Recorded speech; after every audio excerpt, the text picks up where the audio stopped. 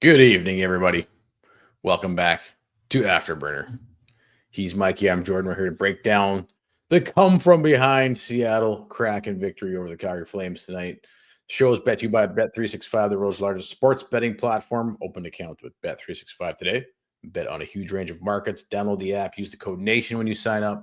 Whatever the moment, it's never ordinary at Bet365. Your Super Chat charity partner this season is Youth Centers of Calgary. If you want to make sure your question or comment gets on the show, hit us with a Super Chat. Proceeds go to Youth Centers of Calgary, YYC, a place where kids are welcomed and accepted as they are and get to have a break from the chronic stress that is reality of many of their lives. All right, Can I get a break from the chronic stress that's the Calgary Flames? Where's my break? Do I get a break from this? No, you're in this for life, bro. For life. It's true. So tough week for the Flames. That's 3 straight losses now.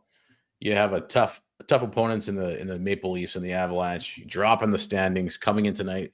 Vancouver beats Toronto in the earlier game. You're back 4 points. You're about to take 2 weeks off for the Four Nations Faceoff, and then you have an absolute gauntlet of a schedule, gauntlet of a road trip once you get back. Was this the official must-win game of the season for the Flames tonight? Is that safe to say? Yeah. And the Leafs, could the Leafs do anything right? No. So screw Brad. Screw Brad once again. And then we blow it tonight. I'm really in a bad mood because I was just getting back on board with being like so hyped and so stoked and team like, whoa, we could actually make the playoffs. And every time it's just right there. It's just right there. That's why you can never be optimistic, dude. You just always have to, because it's like anytime you always get that slap on the wrist. You're like, I'm going to be happy for one smack. We see some new line renditions finally coming into tonight.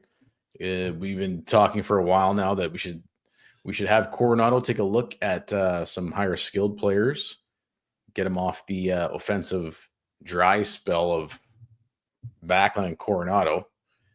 What did you think of when you saw the roster changes, the lineup changes for tonight, and Solovyov getting a chance in with obviously Barry just having a couple horrendous games? Well, I mean, that was great. You see Solovyov play, and it's like, why hasn't this guy been playing all season, right? Like, we've had freaking the rotation of the Three Stooges out there all the time. Like, I'm just waiting for somebody to come in and like clunk Mirmanov and Barry's head together like they're like Larry, and just like clunk their heads together.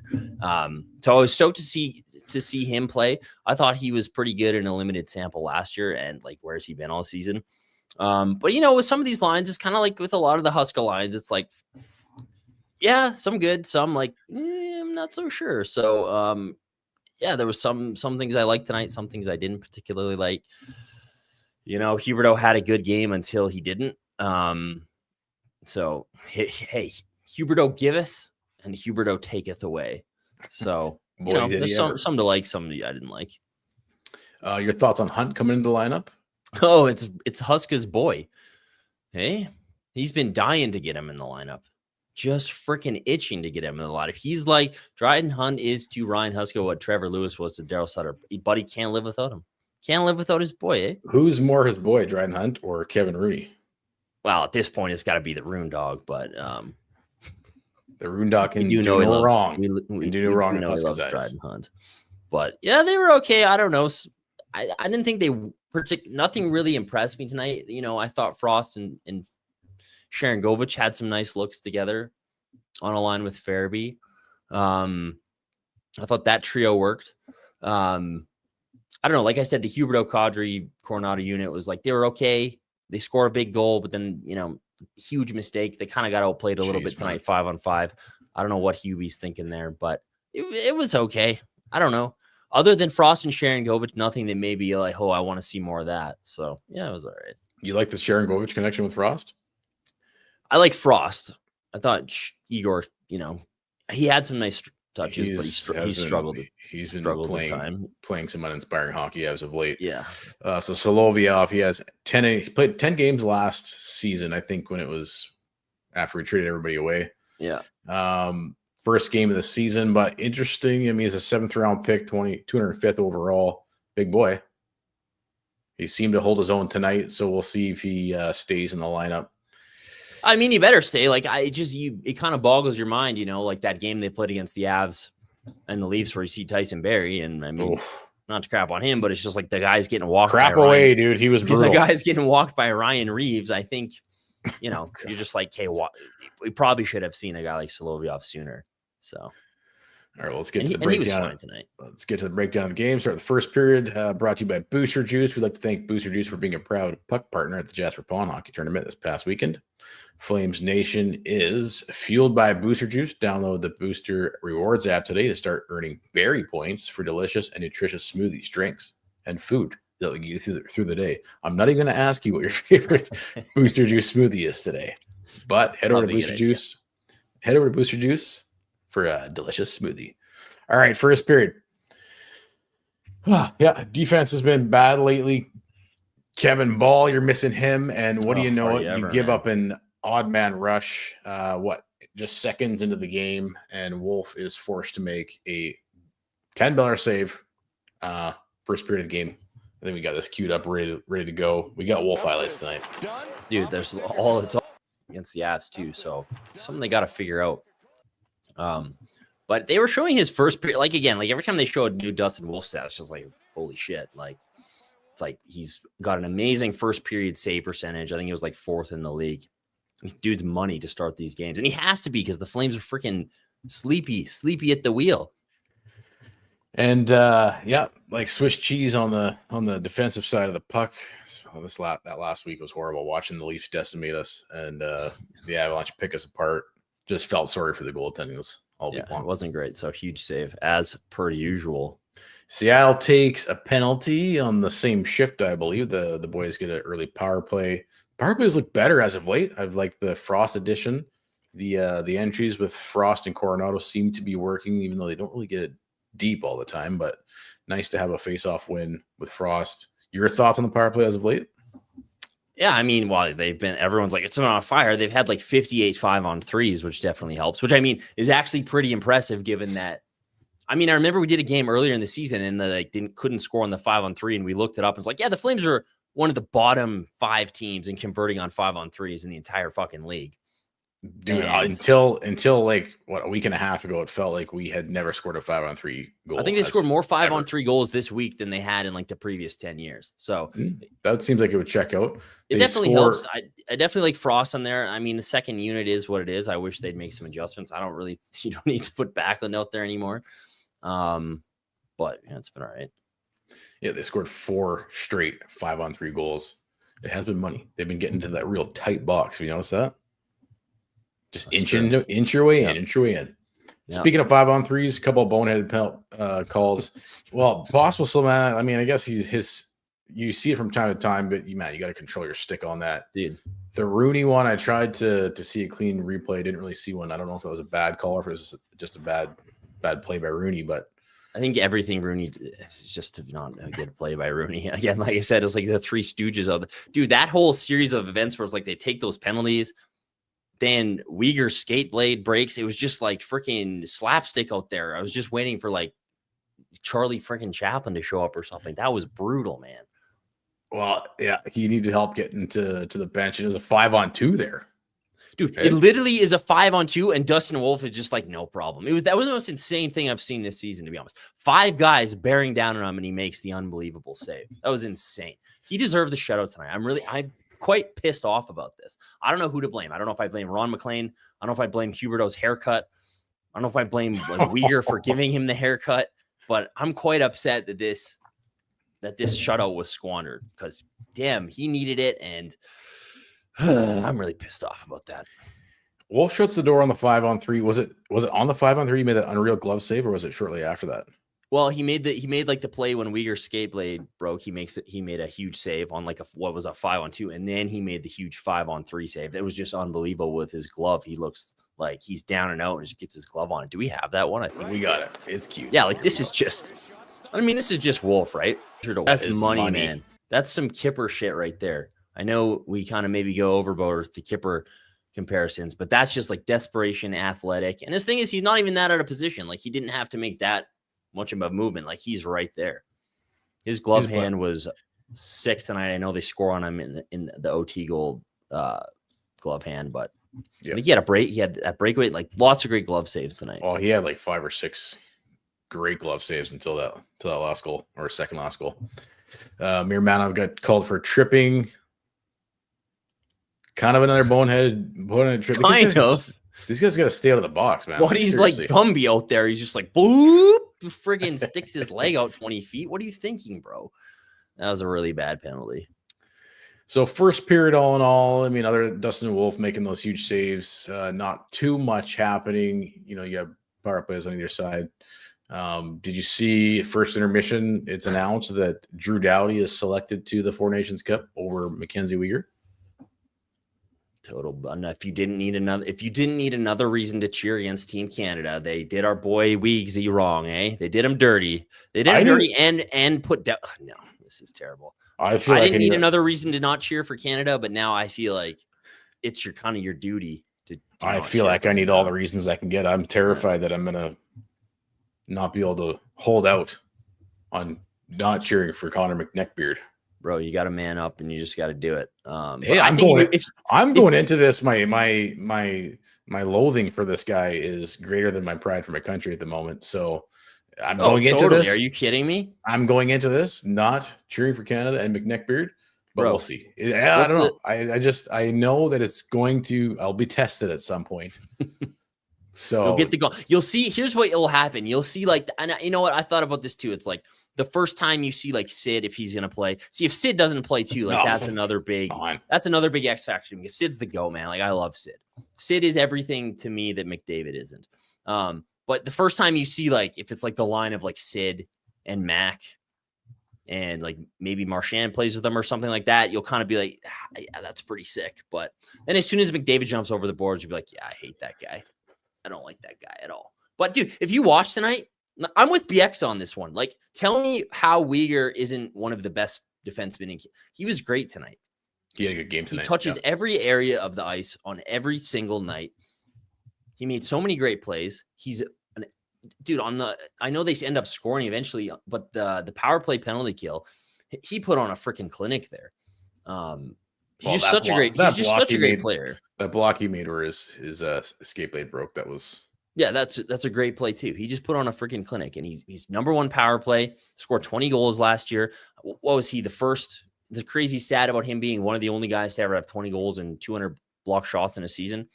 That tells you all you need to know. Like he's so underrated just because he maybe plays quietly in Calgary, but he should have been on the team. And did he finish? Was it second in scoring in defenseman last season? I think he was second in goal scoring. He had 20 goals, right? But yeah, he had 20 goals. It was like him and Yossi or something. Maybe Makar too. But he should have been there, man. Like he 100% deserves to be there. Obviously, if you don't watch the Flames every night, maybe you don't understand how good this guy is, but he should have been there. I kind of feel like the Four Nations is either going to be hit or miss. It's either going to be freaking awesome or you're going to be like, that was pretty lame. I don't know if it's going to be anywhere in the middle, but yeah, I remember. I know you're not too stoked on it. I know a lot of fans are like, meh, it's Olympics or nothing. But well, and here's the other thing too. This is kind of a weird thing, a little off topic, but how can you have a best on best tournament? And I hate Leon Draisaitl, but the guy's the best player in the world right now. Maybe Kucherov. Other than McKinnon. Kucherov's not there. Like 3 of the top 10 scorers in the league, Pasternak, aren't going to be at the best on best tournament. Like that's some marketing. That's a terrible idea marketing wise. I don't get it. That's all. But I understand. I had the same feeling about that like World Cup thing they did. Remember when Johnny was on Team North America with McDavid? I thought that was going to be lame, and it actually turned out being pretty sick. So yeah, maybe it might be some. I mean, it's going to be good hockey. So, well, what do people in the chat think? What do you expect out of the Four Nations tournament? Is it going to be must-see TV, or is it going to be a big nothing burger, or just somewhere in between? I guess. Bro, Matthew Tkachuk on the biggest stage. Wow, dude, he's on a big stage. Dude, if he plays, that's going to be worth watching. Is he going to play on a line with Brady? Because that would be fun to watch. I'm watching to see what Matthew Tkachuk's going to do because you know what's interesting too. You know, with the whole tariff thing, and I know we never really talk about politics on this, so we won't. But it's interesting because now you're starting to see some of the players' responses to this, and it's almost like perfect timing to ratchet up a little bit of animosity between the two nations, Canada and US. Well, hey, if you don't even need that when Matthew Tkachuk's playing for one of the teams. I'll just say that. I'll tell you this much: some of the American players are not too happy about the booing. So we'll see if there's a little hatred there. I feel like you're looking at that US roster. I guess Quinn Hughes is questionable, but they look like the best team in the tournament. Yeah, I see a comment that's like, I'm going to watch because I love hockey. Yeah. I'll be there. I'll be watching. I'll be watching too. And I'm perfectly honest. I'm going in not cheering for Neckbeard and Co. But I know myself. It's gonna be an interesting psychological sport experiment to see if I waver at any point. I'll never. You're not worried about that. You're just brother. Look at me. I've been hating on the Oilers. I've been hating on Edmonton Oilers fans since most people in the chat were like freaking before they were born. Man, this is a long history of like I'm born and bred. I was radicalized to hate the Oilers at a young age, man. So it's going to be no problem. Just radical hate. Gotta love it. That's right. All right, let's get the second period brought to you by Yeti. New from Yeti, the Cameo carry-all tote bag. The Cameo brings everything you've come to love about Yeti. Durable, tough inside and out, easy to clean, waterproof material. Comes in 3 sizes, 12, 35, and 50. Made to get dirty. Simply hose it off and clean it off. You're good to go. Good for skates, helmet, gloves. Of course, the ODR. Spent a little time on there today myself. Yeti, beware the new Rambler cocktail shaker. Shot glasses and flasks. Grab the shaker. Fill with a liquid of your choosing and press fit lid to vessel. Twist the cap on and shake it. Crave the cold and extend your ice time with hard-hitting gear that's built to honor the toughest sport on earth. Yeti.ca. Hashtag crave the cold. Hashtag built for the wild. You got some Yeti gear, don't you? Oh, yeah. What do you got? Cups, coolers. The Yeti coolers are money. Cooler's great, man. It's excellent. All right, second period, things get a little frosty. We got another highlight reel goal by none other than Morgan Frost for Calgary Flames newcomer. Let's watch this as we discuss how Frost has talked about it. This isn't, shit on Hubert hour, but Hubert has been better of late, especially with the puck. But man, for the first 90 games, just like as soon as he gets the puck, just stops moving his feet. So you love to see a guy, when he has the puck, doing nifty things, nifty footwork, and it pays off. He's on the back of that tonight. Huge goal. Yeah, I mean, that's what you heard, right? A lot of creativity from this kid. You and I were talking before the game, just about Frost overall, what our thoughts were of him. I think he's been the better of the two between him and Joel Farabee, even though I think Farabee was kind of more of a recognized name and probably analytically has more upside. But Frost, man, he's stoked to be here. Like, I haven't seen a guy this stoked to come to Calgary for a while. So hey, dude, he got me. He's said his favorite movie. The Flames did a little TikTok thing between him and Farabee. His favorite movie is The Dark Knight. He's my favorite Flame already, man. If you have taste like that, we got a good one. Good sign. What were your thoughts on Farabee through, what do they got, 5 games now? 4 games? 4 games. Yeah, I mean, they're both probably pretty tired. Like that stat of them 700 games in like 5 different countries, right? Like they've been all over the place. Definitely haven't even had a chance to just like sit down. They're probably living out of a hotel. So I think, some of them, they both kind of looked a little bit tired. Like I thought Farabee, like he had a good game. He essentially scored 2 goals against the Leafs. That 1 goal probably shouldn't have been called back. But you can see it sometimes. He had a couple nice rushes tonight again. You can tell that he's a dangerous, he can create dangerous chances off the rush. He can use his speed and his shot to make things happen. So, hasn't anything that's like jumping off the page, maybe like Frost with the 6 snipes, but you can see why the Flames liked him. He's fast. He can create scoring chances. So he's been okay. He's been pretty good. He's solid. Curious what you guys think in the chat. Not necessarily who's been the better of the two, because I think, especially after tonight's game, Frost is going to be the majority pick. But who do you think has more upside the next 3-5 seasons? Morgan Frost or Joel Farabee? What did they say they're called? They're on After Hours right now. What are you guys doing watching us? Go watch them. What do they call them? Frosbee. I don't know. I was just trying to Frosbee. think about it. Somebody in the comments tell me what they're called. It's Frosbee. Frosbee. I mean, you alluded to it. I was thinking about this. I'm just like, man, that's a crazy thing to get traded mid-season. You're literally you have you just grab a go bag. You need your gear. You just pack what? 2 suitcases, and you're like, oh fuck, I'll deal with all my personal belongings later. There must be some sort of, I mean, this is a good business opportunity. Is who moves this guy's stuff?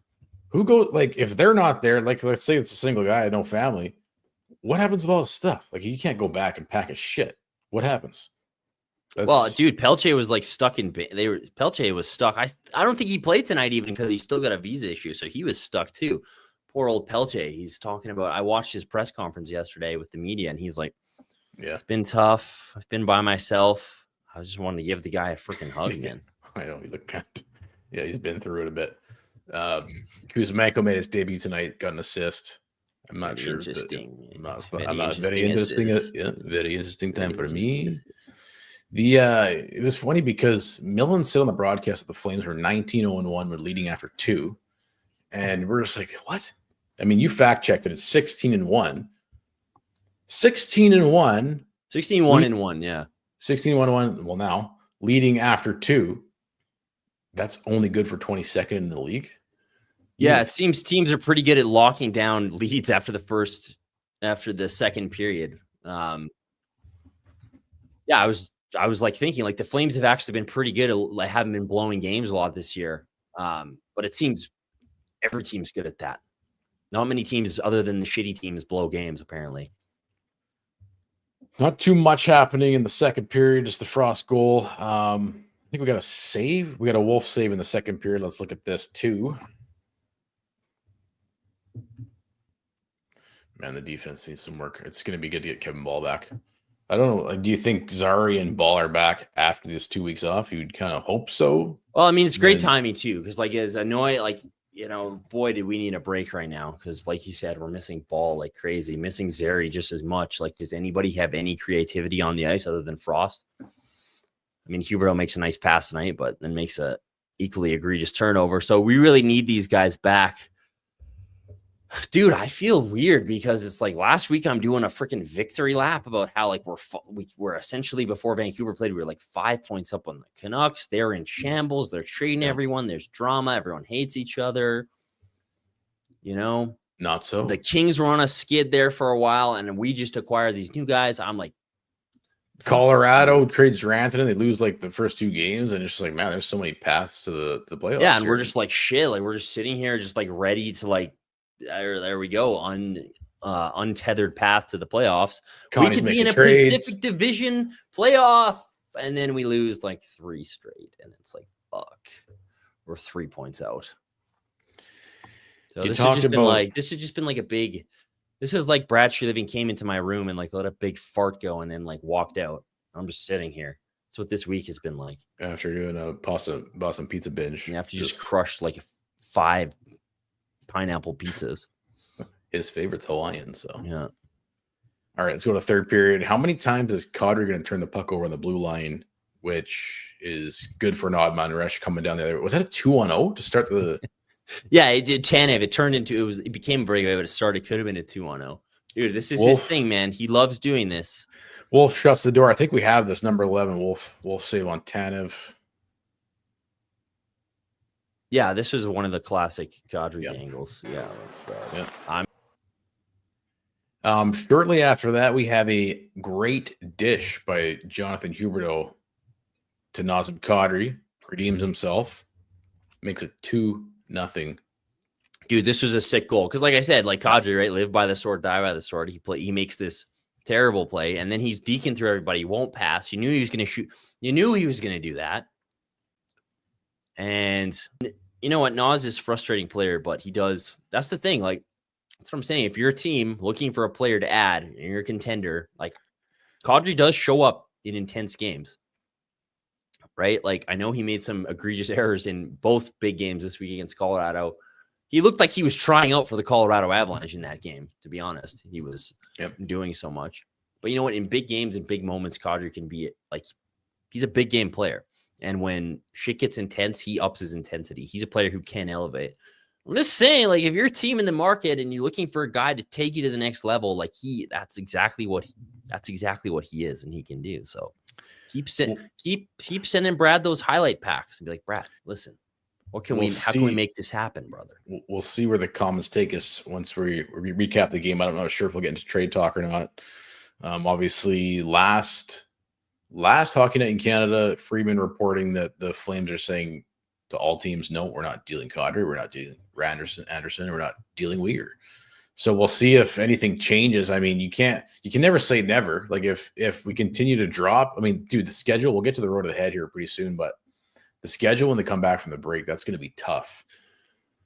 Yeah, that's an absolute gauntlet, man. It's crazy. So that's going to be make or break time for sure. Because what are you, 5 points back at a bottom 10 position? Like there's not a lot of space. There's not a lot of separation between. It's just like the hardest thing to deal with, man. It's just like we're back. It's over. It's like every fucking game. It's just like this. You're 5 points up on Utah. 5 points. Yeah, 5 points 5 back. points. Yeah. 5 points of being in the bottom 10 because Montreal has 55 points, as does Utah, as do St. Louis, as does Pittsburgh, as does Philly. Whew. So, Did you see the little green Dr. Phil M&M is back in action?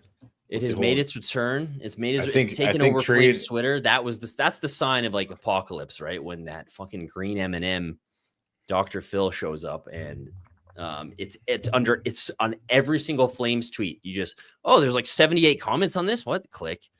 Trade Anderson, trade Anderson, trade Anderson, trade Anderson, trade Anderson, green. Hashtag trade Anderson was definitely trending after.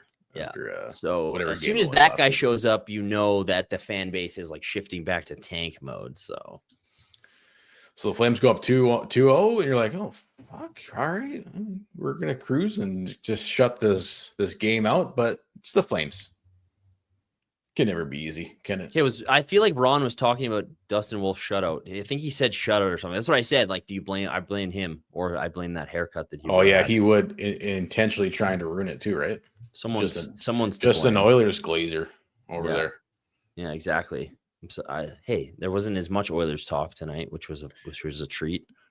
Before the Kraken score their first goal, we got a couple highlight reels here with Soloviev makes a nice little pass to create a play here. I thought he had a good game tonight.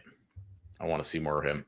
Dude, shoot the puck, man. Daryl Sutter is freaking rolling over on the farm right now. Shoot that puck. But there was another shift later in the second, I think, that they had an extended possession in Solovyov. Like, he made a few really nice plays. So, yeah, I want to see more of him. What's the alternative? Barry? No, thanks. I'd rather see him after last week, man. I mean, look, Barry goes out for injury for a bit. He scored a goal in his first game back. He looked pretty good, like, especially on the power play, those first 2 games back. But then you see what happens against the elite talent. Just doesn't have it defensively, not at all. Brother, elite talent. He got dangled. He lost his jockstrap to Ryan Reeves, man. That's the sign, man. It's the sign. It's time. You mentioned it. Frost had his skill set on display. We got one more little Frosty. It was kind of a nifty little play.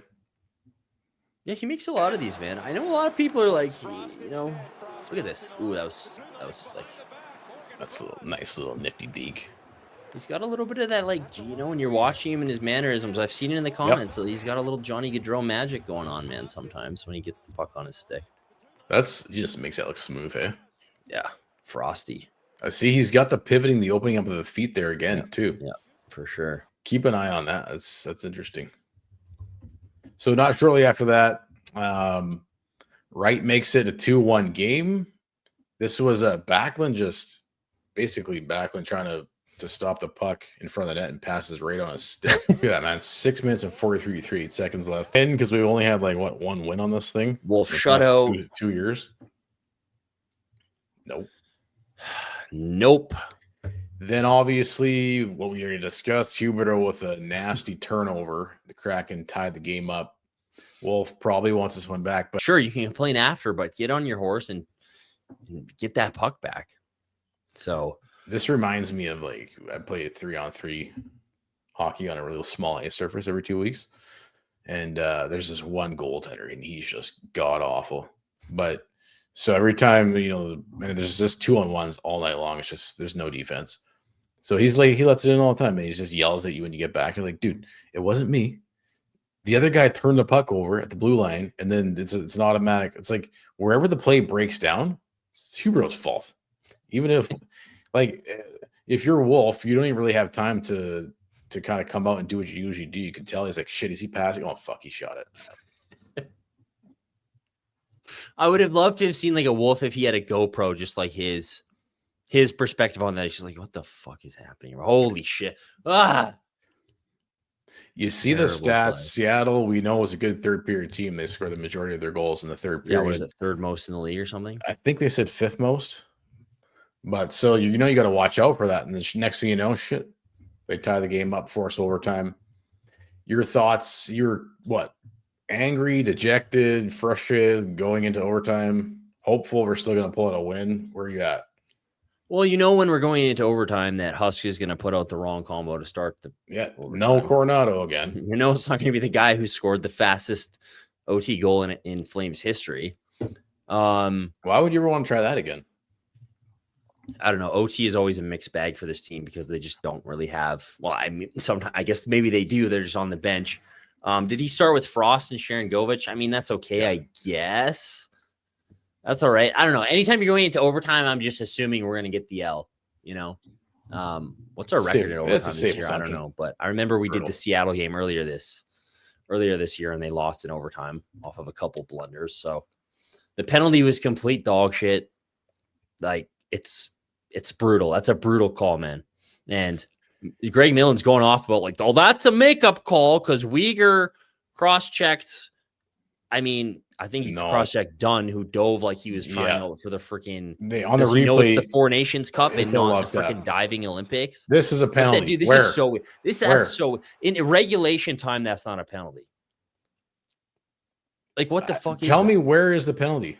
Like, even when he. I don't get it. I don't get it. I'm really pissed off now. Like, I don't get that. How is that a penalty? In what world is that? That's not a penalty. That's not a penalty. That's not even a penalty on Connor McDavid. Can somebody? Yeah, it might be actually, dude. Well, McDavid thinks it is, and all the Oilers fans think it is. McDavid would complain about it. Why didn't Frost cross-check? Why didn't Frost cross-check him in the face and then complain that he can't be like right? That would have been the appropriate response. Just cross-check. The league really needs to protect their stars there. Got to protect Morgan Frost. It's a shit call, man. McDavid has been getting some heat in Edmonton. You see that? Oh yeah, like he got on the scoreboard tonight. But since the suspension, I think 1.5 games or something like that. Too busy whining. He's too busy opening that restaurant. He's distracted right now. Too busy doing 600. Too busy doing 600 commercials. Yeah, that's right. And whining. That's right. Hey man, what did they say about whiners? There's some rhyme about whiners. I don't remember. But Connor, stop whining and get playing hockey again. Overtime is brought to you by Origin Malt and Brewing Co. Uses barley co on their local family farm to offer a truly sustainable grain to grass experience. 5 generations of farming means that you not only get internationally chosen ingredients, but also roots that run deep into the community. They believe it's all about blending tradition and innovation for a truly unique experience that proudly celebrates Alberta farms. We grow beer. Come and visit the tap room, 60 Spruce Park Drive in Strathmore, originbrewing.com. .ca. All right, let's take a look at this overtime goal. They score on the power play, like unbelievable call, really. That they called that a terrible call. You thought the boys, like Backlund and Uyghur putting on a freaking clinic that first wave. I thought, yeah, we can pull this off. We got this. Wolfie's got this, but man, Beniers just with an absolute freaking terrible turnovers. But I just still don't understand how you can call that a penalty.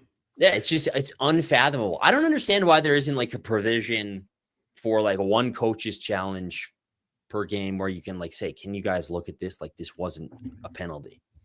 Like I know that probably gets dicey, but we can't add any more fucking replays. We can't. Why not? We're already spending 20 hours. We got too many reviews as is. Why don't we actually review things that? How about this? In overtime, everything should be reviewed. I don't care as long as that gets fixed. I hate that shit. What was that Detroit last week where like it was like 10 minutes of reviews and like 3 different calls and one play? It's Well, ridiculous. dude, what about the freaking game earlier this week with Toronto? Everything's a call. I can't believe nobody watches the NHL. I can't believe freaking TV ratings are an all-time low. Every time someone scores, it's disallowed. Anyways, like you said, Frost and Sharon Govich combo. He puts Cotter and Huberto after that, and then he goes right back to Frost and Sharon Govich. And to me, that led to the I don't know. You should have seen Coronado with somebody. Backlund. He had Coronado and Backlund. They were good together. I don't understand. I don't understand what the love affair is with Sharon Govich, man. Yeah, his overtime. His instincts for overtime lineups leave you wanting for sure. Oh, he's always like batting, what the fuck are you doing, bro? Where did this come to you in a dream? This overtime lineup? Huska is batting under 100 for overtime lineup decisions. Anyways, that's an annoying game. Like, I think they played okay enough, but it's just that was too mid of a team in a must-win game when you really need to bear down and win that game, especially when Wolf is playing that well. Well, that's a deflating loss. Like, especially when you blow a 2-0 lead with 7 minutes left in the game. So like, I want to be like, oh, they played well, but it's like, it's Seattle. They suck. You blew a lead. You blew it in the last 6 minutes. You blew it for your all-star goaltender. It was just that's a deflating one for me, man. And I know, like, frick, these guys need a break. They're tired. They're injured. They're banged up. They've been playing over their head. For the most part this year, they've been working their absolute balls off every single night. But that one freaking stings, man. Okay, we've been talking about this gauntlet of a schedule after they come back from the two nations.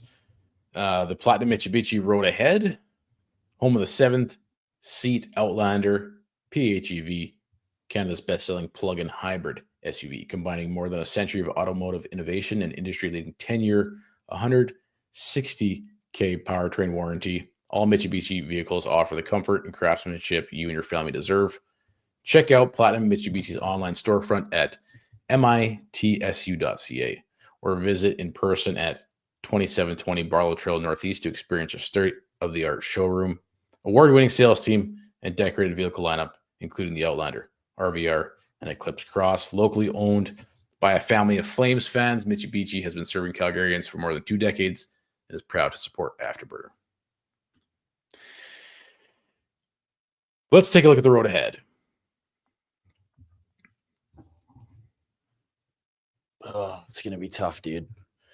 So you got the 3-game stretch, the gauntlet of Florida. You got the Sharks. Man, they got pummeled tonight by the Stars. So you got basically one easy matchup, but then after that it gets insane when you head on the road. You got the Capitals. Are they first currently, or is it Winnipeg? They're kind of back and forth. They're yo-yoing. Standings. Winnipeg is first currently. Washington good for second close. Overall. Washington has some games in hand though.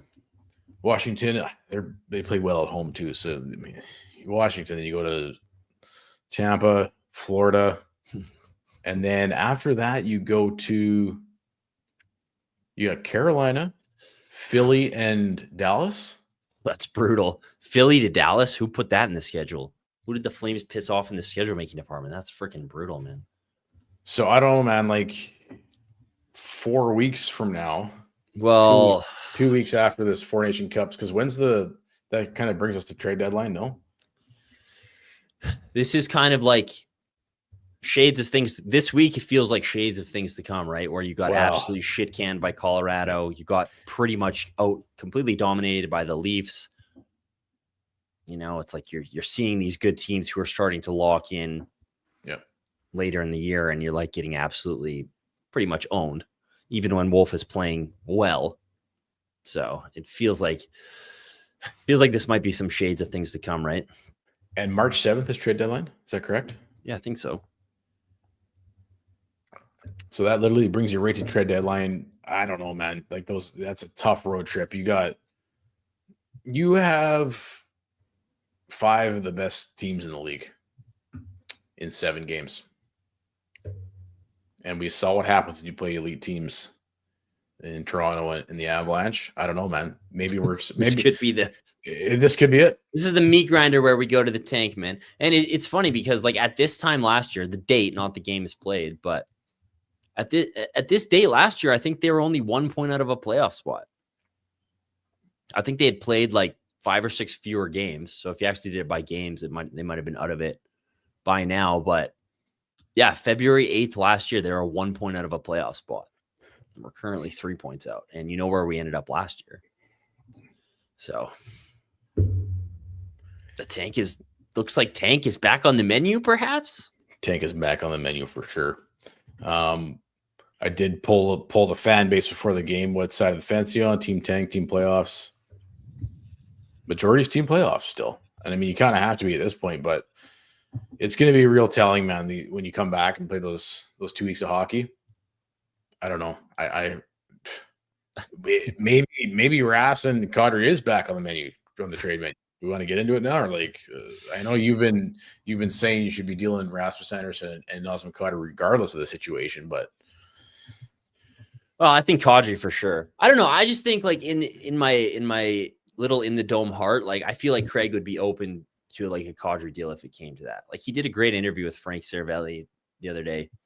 I thought it was really good and it was really insightful because there's this underlying like freaking there's this underlying concern in Flames fandom that they acquired Frost and Farabee and now they're going to start making a bunch of other big moves. And it seemed like Conroy still pretty level headed and said like, no, we're still 3 to 5 years, still sticking to the vision, right? Like said a lot of encouraging things. So didn't Frank ask him straight up, would you change your mind on Anderson and Cotter?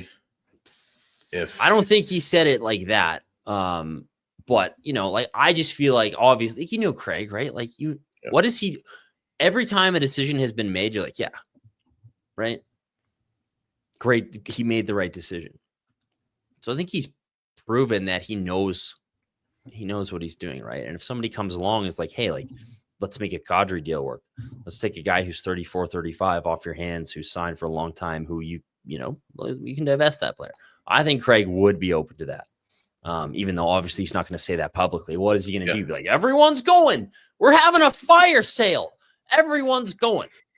So well, not only does it keep your, the team focused on what they're trying to do currently, which is make the playoffs, and they're, for all intents and purposes, they've been in a playoff hunt since the start of the season. So not only is it that, but from a negotiation standpoint, having teams think that they're not available, maybe then they're going to be putting together their best offer out the gate.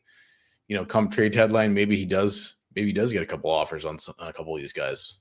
Yeah, and I think he's proven, like with the Markstrom stuff last year, like they kind of fumbled maybe the Hannafin situation. You didn't get a whole lot back for Tanev, but in other instances, he has proven to be a pretty good negotiator. You look at how he handled the Markstrom deal, and everyone's like, "You're fucking crazy for not taking what we offered at the trade deadline." And New Jersey's GM is having a fit and pouting. He threw a hissy fit, yeah. We had a deal, man.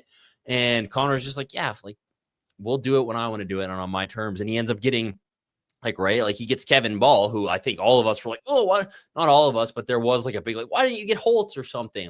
And he gets a really good player in a first for a player who was still under contract. So I don't know. Kevin Ball's been great this season. He's been really good. So I don't know. For the most part, I think I trust Connor to handle those situations. And like if we fall out of it, he's going to do the right thing. I feel like he's earned enough of our trust at this point. Now's your time to get your super chats in. Throw anything in the comment section if you want us to talk about a certain talking point or ask any questions of us. Now's the time to get it in there. Bet365, the world's largest sports betting platform. An open account today with Bet365. Bet on a huge range of markets. Download the app today. Use code NATION when you sign up. Whatever the moment, it's never ordinary at Bet365. You picked the anytime goal scorer for this week. You like Dylan Guenther. Tell us why you like Dylan Guenther, Michael. I don't know. He's just a cute little guy. He's like a cutie pie. Looks like he's like 12 years old. He's just like, oh, gee, shucks. I'm playing for Utah. And I'm really fucking good at hockey. That's why I picked him. No, he's been good lately, and he's a good player. And I like him, so that's why I picked him. Only 2 games tomorrow before the old tournament starts. All right, let's get to some chat. You seen anything in there you want to throw on right away? Dylan is from Edmonton, though, but I still kind of like him. So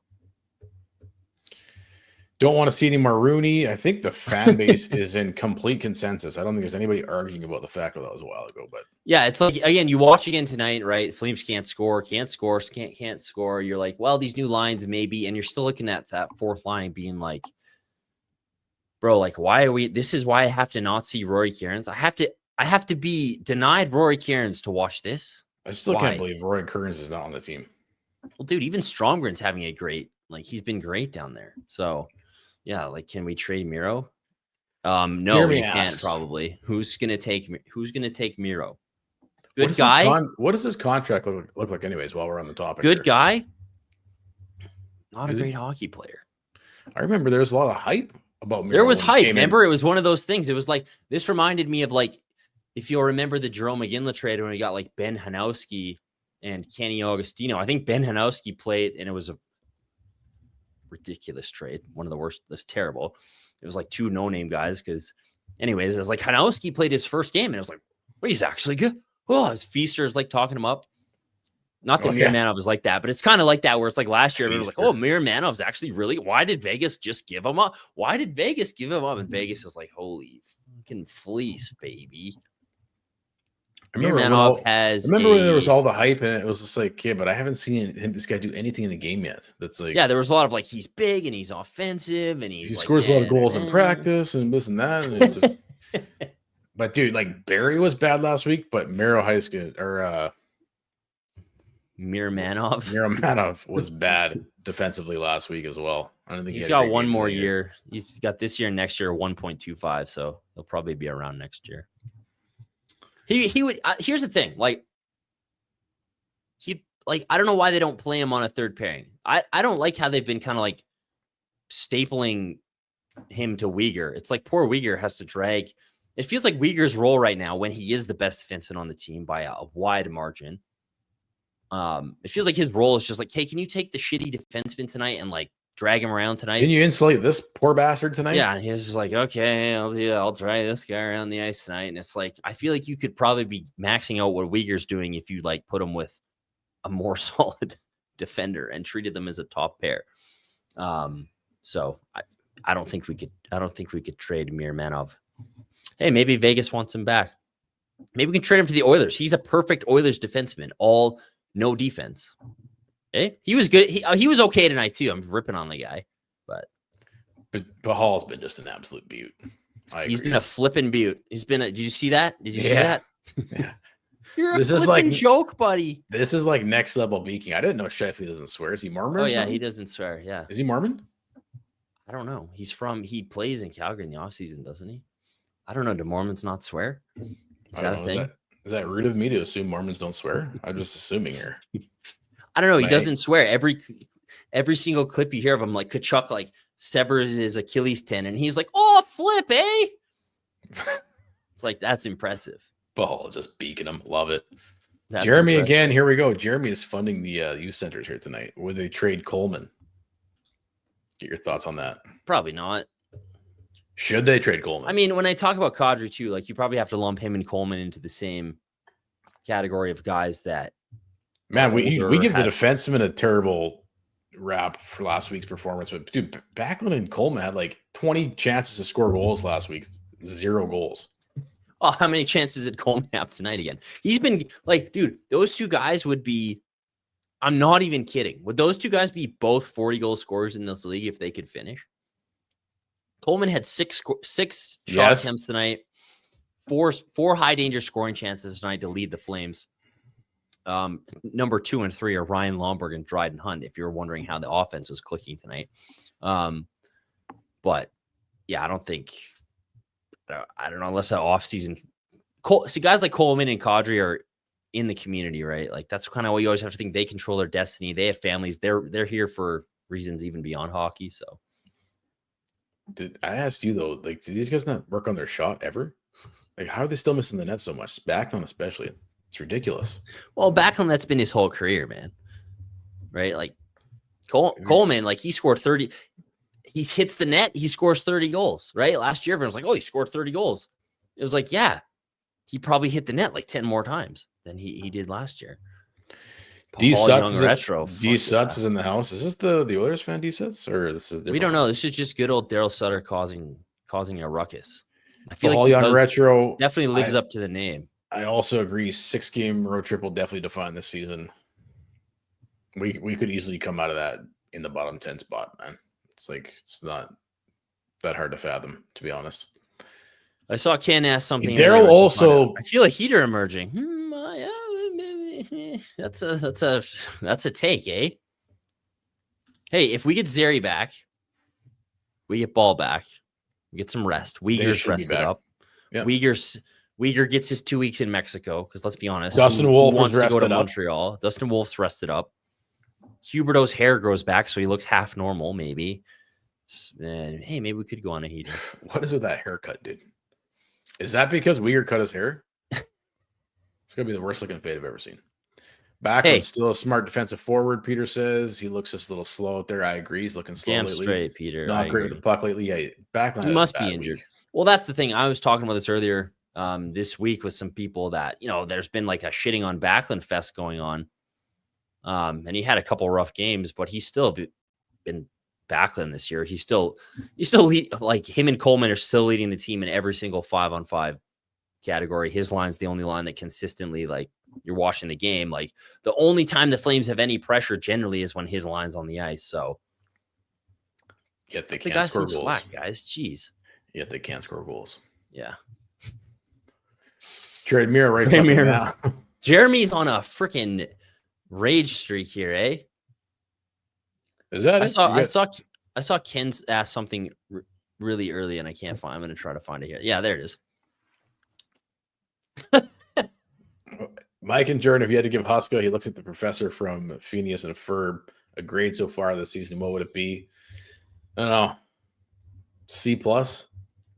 B minus? I think he's getting a lot of credit, which, he deserves some, just the way that he has these guys mentally ready to play games. And they're grinding out games. They're working their balls off. Everybody's seen those chase videos. He lays the groundwork early on. He's hyping him up in a sense. I just like some of the lineup decisions. You're kind of have to outplay, just spreading the offense too thin, and all the overtime. I think he's really hurt us in his overtime decisions. But what would you give him for a grade? Yeah, that sounds about right. Like a C+. I don't know what he's always writing in his goddamn notepad, but he's right. Is he writing the next great American novel in there? What's going on? Like you said, they're working hard. The amount of time he spends in there. It's insane. It's like, how big is that notepad at this point? What is he drawing in there? 50 Shades of Red. That's what's going on. He's coming up with a new sequel. He's got them working. They play a decent structure, but some of the lineup decisions are a little annoying. The way he uses some of the young guys, a little bit annoying at times. I think maybe the thing that overall drives me more nuts is just kind of how they play, right? Because, when he was hired, the whole thing was like, well, Sutter has them playing. Like, he doesn't let them be creative and they can't make offense. And it's like, this is just that, except even worse on a lot of nights. Was the team better offensively under Sutter? It seems like it was. Oh, yeah, 100%. It just... Well, especially metrics-wise. I don't know about finishing. Dude, metric-wise, they were elite. They were an elite team that year. And goaltending... Goaltending was fucking... Markstrom was letting in every... That was the year Markstrom let in the first shot every single night. Remember that? Yep. And then everyone's like, oh, Daryl, they don't... It's like... Anyways, he's been fine. I'm curious to see if he can grow into more of a role, but we'll see. I don't know. Sometimes you watch Washington and you're like, man, that Mitch Love. Maybe he was the man. We'll round out the evening on this discussion. We have been asking all season long, does this team make the playoffs? I'm going to say no. If you're in the chat, give us what you think. Does this team make the playoffs? What do you think? Bro, I'm sick of thinking. Every time, because here's what happens. Like we started the show off with, like all the beginning of the season, they're on their heater, right? They started 4-0-1. You're like, oh shit, that's a nice little start. I'm like, no. Zari's looking fantastic. Zari's looking great. Or Coronado's looking good. Wolf's like, yeah, you should be starting more. You're feeling good. They lose a couple, still playing well, still putting point streaks together, banking points. I'm still like, no, they're not going to make it. Like the wheels are gonna fall off. More points, keep getting points. Huberto's back. He's gonna score 30. Yeah, see, everyone's in the nope. And then, like, dude, like, I swear to God, like last week, I'm like, they're gonna fucking make it. And I'm like stoked and I'm ready to go. And I'm like, this is gonna be great. Like, we're gonna make the playoffs in Dustin Wolf's rookie season, and it's gonna be awesome. I think after that, there was that game they won in Minnesota. They win in Buffalo and Minnie, and they had beat Winnipeg the weekend before when Wolf put on an absolute show. And I was like, they're gonna make it. And then, like, as soon as I start saying they're gonna make it, they're like start to creep in again. So I'm back to no, they're not gonna make it. You should just stay no, they're not gonna make it until I have been no other than their last skid. I've literally been no until it's been ridiculous. So I still feel like it's going to be pretty tough. I guess we'll see with the Zari ball bump. But is that even a bump? Because, like, even tonight, right? Like, you look at this chunk of games this week. Wolf faced an insane amount of pucks in both games, Colorado and Toronto. And he was still really good, but he wasn't like at that batshit insane, like, this guy died for our sins and rose again and saved us level, right? And they got absolutely crushed. And then tonight, again, like, you're playing a team that is below you in the standings, is not very good, has a lot of the same problems you have in terms of generating offense and scoring and not a lot of elite talent. And you still lost. So it's like when the margin for error is pretty much Wolf has to be almost perfect for you to win. It just seems like it's going to be really hard because, like, that's the thing. We knew he was going to hit, and this isn't even a rough patch, I would say. It's a rough patch in terms of losses, but he's still playing very well. I feel like at some point he is going to maybe have a stretch of games where it's a little tough and he's fighting it, and we haven't even hit that yet. So as soon as you start hitting some of these bumps in the road when the margin of error is so thin, it's going to make it really tough. So maybe Vancouver continues to be an absolute shit show debacle and we can catch them, but it's kind of tough to see. It's so funny because it's like last week you're like, we can make a Pacific Division playoff spot, and now you're like, I don't know how we do this. They played 55 games, so that would mean there's 27 games left. 27 games left, still a lot of hockey. I mean, I don't know. I get that feeling. I get that sense that we might have just hit the end of the line here. You get that sense that we're given that 12th overall, 11th overall pick to Montreal, eh? Peak destiny. Pain, baby. Someone said accept our destiny. You know, it seems to be our play as Flames fans. Yeah. All right, any closing thoughts before we jump off? No, it's good. I think Uyghur should be on Team Canada, and I'm pissed off that he's not, but I'm glad he's getting 2 weeks off, man, because he really needs it. So I still hope they make the playoffs. You know, like, even though I'm Team Tank, ride or die, like, we need a good pick. The way the season has gone and my love for Dustin Wolf and how much I want to see him succeed and how much I just want to see him in the playoffs and how much I want to see because here's another thing you have to think about. We can't let the last playoff game in the Saddledome be that stupid, dumb neckbeard eliminating us. Like, we have to get another playoff round in the Saddledome before it's gone. We have to. So I don't know if we're going to make it, but I really hope we do. Don't get your hopes up, bro. All right. Good night, everybody. Thanks for watching.